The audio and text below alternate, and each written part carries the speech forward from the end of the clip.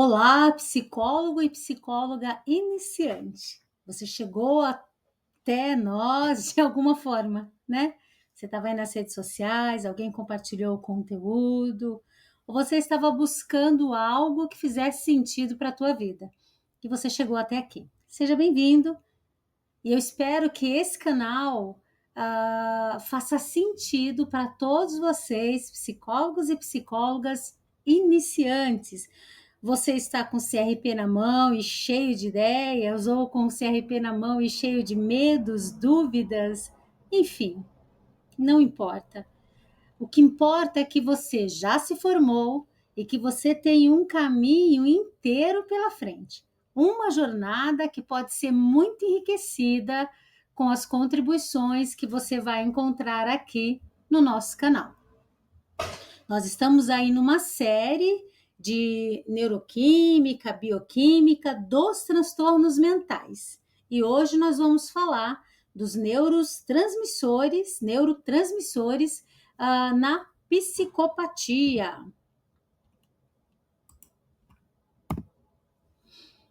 O que nós precisamos sempre entender, principalmente nós psicólogos e psicólogas, a natureza multifatorial da saúde mental.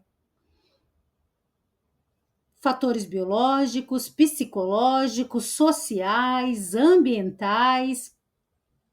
Transtornos mentais são fenômenos complexos e multifatoriais.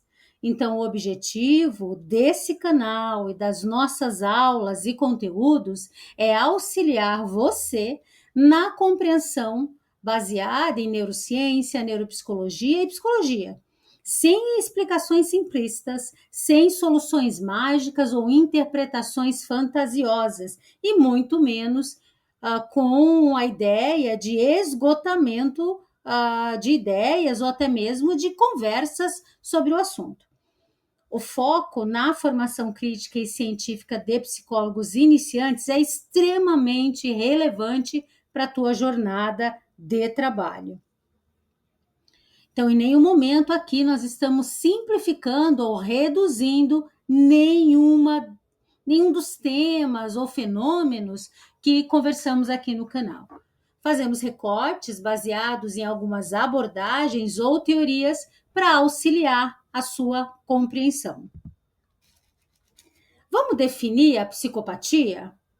No geral, de acordo com DSM, CID-11, nós temos aí na psicopatia, pensando a psicopatia de uma forma geral, falta de empatia genuína, insensibilidade emocional e afetividade superficial, baixa tolerância à frustração, ausência de remorso, manipulação interpessoal, agressividade, muitas vezes sem nenhum tipo de contexto, dificuldade significativa em estabelecer vínculos emocionais genuínos e respeitar normas sociais.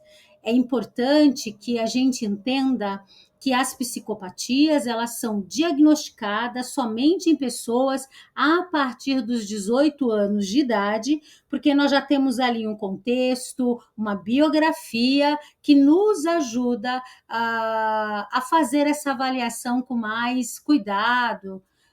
Uma outra questão é que nem toda psicopatia tem relação com crime, né? Nós não podemos olhar para as pessoas que cometem crimes dos diversos tipos e pensar que já são psicopatas. Nem sempre.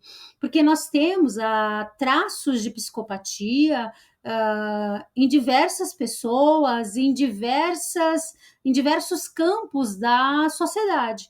Como, por exemplo, muitas pessoas afirmam, né, que nós temos muitas pessoas com traços de psicopatia na política, em grandes em lideranças de grandes empreendimentos e empresários, ou em famílias, ou em diversos grupos. Então, esse cuidado é extremamente importante para nós, psicólogos, porque nós influenciamos, principalmente hoje, com as redes sociais, com as mídias, né? Com tanto acesso à informação, nós, psicólogos, temos que ser bastante cuidadosos no que nós compartilhamos como informação. Psicopatia versus sociopatia, isso também nós temos aí uma diversidade de posicionamentos e opiniões formadas sobre essas questões. O que é importante nós entendermos? Que as definições, elas estão ligadas a teorias e a experiências profissionais. Então, a depender da teoria e daquele profissional que você está seguindo para te auxiliar a entender a questão, você vai ser influenciado pela opinião daquela teoria e daquele profissional. A psicopatia, geralmente, ela é vista como pessoas que não sentem remorso por seus atos. A sociopatia, por sua vez, a pessoa pode sentir culpa e até arrependimento, especialmente dentro de determinados grupos sociais e familiares dos quais ela tem afinidade. Segundo esse autor, Hans Land, de 2007, ambos descrevem padrões persistentes de comportamentos antissociais, mas com variações nesses comportamentos. O transtorno de personalidade antissocial é uma busca constante de benefício próprio imediato, então um egoísmo extremamente exacerbado, mentiras frequentes e sem contexto e com nenhum objetivo do tipo eu vou mentir que isso para proteger alguém. Não, são mentiras frequentes totalmente ligadas a esse perfil egoísta voltado somente para si. Manipulação e muita crueldade e perversidade, uma impulsividade, uma irritabilidade sem contexto e sem direção e sem nenhum motivo plausível. Comportamentos de risco para si e para os outros. A principal característica limitante é a dificuldade de introspecção e falha em modificar o comportamento por meio da aprendizagem. Um outro ponto muito importante é a porcentagem de pessoas com transtornos de personalidade antissocial grave é muito pequena, de 1 a no máximo 3%. Deus e a biologia é muito sábia. Essas questões e esses fenômenos mais destrutivos da vida, eles estão sempre em pequenas quantidades. No entanto, mesmo sendo grupos muito pequenos, numa sociedade tão grande, tão diversa, o estrago é muito grande. Eles fazem um estrago muito grande e trazem um impacto social muito importante. Marcos diagnóstico da psicopatia. Lembrando que antes de 1970, nós já temos estudos sobre isso, aqui nós estamos fazendo um recorte do tempo. 1976, Hervey Kleckler descreve 16 critérios característicos da personalidade psicopática a partir de estudos clínicos. Na atualidade, por exemplo, pelo DSM, pela CID-11, diagnóstico clínicos integram esses conceitos em critérios estabelecidos para transtorno de personalidade. Então, a pessoa avaliada a partir dos 18 anos, ela precisa estar enquadrada num determinado número de critérios por um determinado tempo. Existem também as bases neurobiológicas da psicopatia. O lobo frontal, especialmente o córtex orbitofrontal, é uma das regiões mais frequentemente associadas aos prejuízos no controle executivo, dificuldade na tomada de decisão e alterações na avaliação de recompensas e punições. O controle executivo e o ajuste social. Então, nós temos o córtex orbitofrontal, onde nós encontramos as tomadas de decisões, os planejamentos comportamentais, as avaliações das consequências, as regulações emocionais e a aprendizagem de normas sociais. No córtex pré-frontal, o raciocínio abstrato, o controle da atenção, a memória de trabalho e a antecipação das consequências. Disfunções nestas áreas comprometem a capacidade do indivíduo ou da pessoa ou do sujeito de avaliar adequadamente os impactos das ações sobre outras pessoas. A amígdala e o centro da empatia. Nessa região do cérebro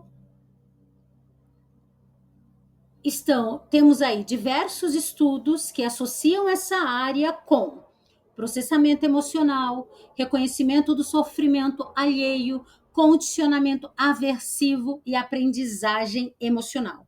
Quando o funcionamento desta estrutura ou desta área está comprometido, o indivíduo apresenta dificuldade em associar suas ações ao sofrimento de outras pessoas. A neuroquímica do comportamento, serotonina, dopamina e noradrenalina. Esses 3 neurotransmissores, eles são fundamentais na regulação da impulsividade, do controle emocional, do comportamento social e da tomada de decisões.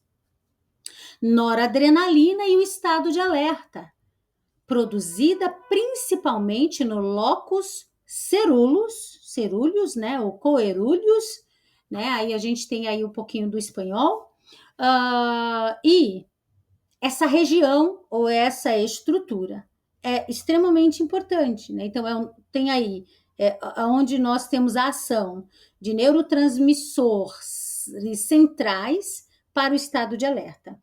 Evidências clínicas dizem que estudos sugerem que níveis reduzidos de noradrenalina podem predispor à emissão de comportamentos antissociais. Então, nós temos o locus cerúleus, a amígdala, o hipocampo, o neocórtex e o sistema límbico.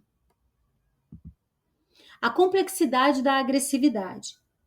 Agressão defensiva para facilitar pode facilitar a agressão defensiva ou impulsiva e a agressão predatória e destrutiva. Pode inibir comportamentos predatórios e estruturados.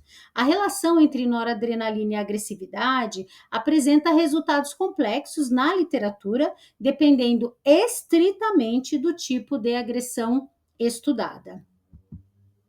O desequilíbrio da impulsividade. Então, nós temos o ácido homovanílico metabólico da dopamina, aumento de atividade, o ácido 5-hidroxiindolacético, metabólico da serotonina, controle reduzido. Segundo Soderstrom e colaboradores, esse desequilíbrio indica a redução de controle serotoninérgico sobre a atividade dopaminérgica, favorecendo a desinibição de impulsos agressivos. GABA e sistema endócrino. Então, você tem o GABA, o cortisol e a testosterona. O GABA regula a atividade do sistema noradrenérgico e interage com o hormônio do estresse. O cortisol, regulado pelo eixo hipotálamo, hipófise, suprarrenal, influenciado pela serotonina. Fundamental para a resposta de estresse.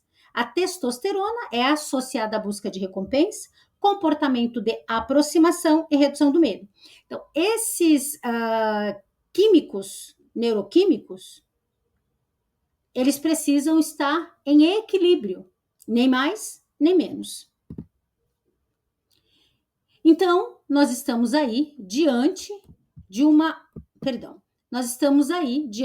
visão integrada da psicologia, né? Então, a psicologia, ela não atua sozinha, nós precisamos de diversos profissionais, de diversas áreas do conhecimento para enriquecer o nosso trabalho. Então, a visão integrada, multiprofissional, interprofissional, da psicologia é extremamente importante para nós. Por isso que lá na formação, os nossos 5 anos de formação, nós temos tantas teorias, tantas abordagens, tantas interfaces com outras ciências e outras áreas, fazendo com que a psicologia, segundo a doutora Bock, ela deixa de ser a psicologia para ser as psicologias, certo?